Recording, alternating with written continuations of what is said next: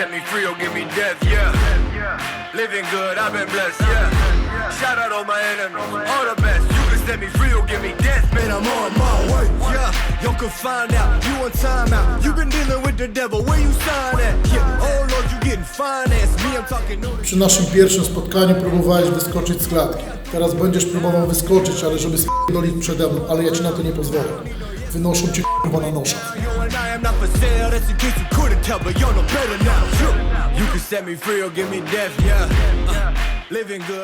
Nieważne, czy masz lepszą stójkę, czy masz lepszy parter. To ty tak sądzisz. A ja sądzę, że rozjebie cię w każdej płaszczyźnie, a kondycyjnie rozjebam cię jak tylko chcę.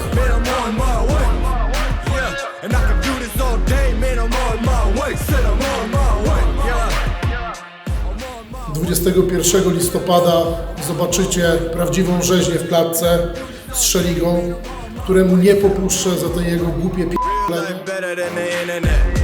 Keep what you been selling, I ain't into that.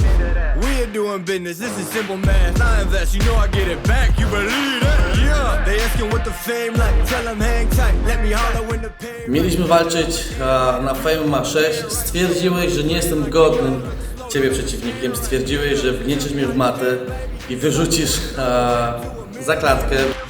Man of the year, how I feel lately. You know the deal, baby. You know the drill. Yeah, I'm on my way. Yeah, I'm on my way. Teraz to ja rozdaję karty.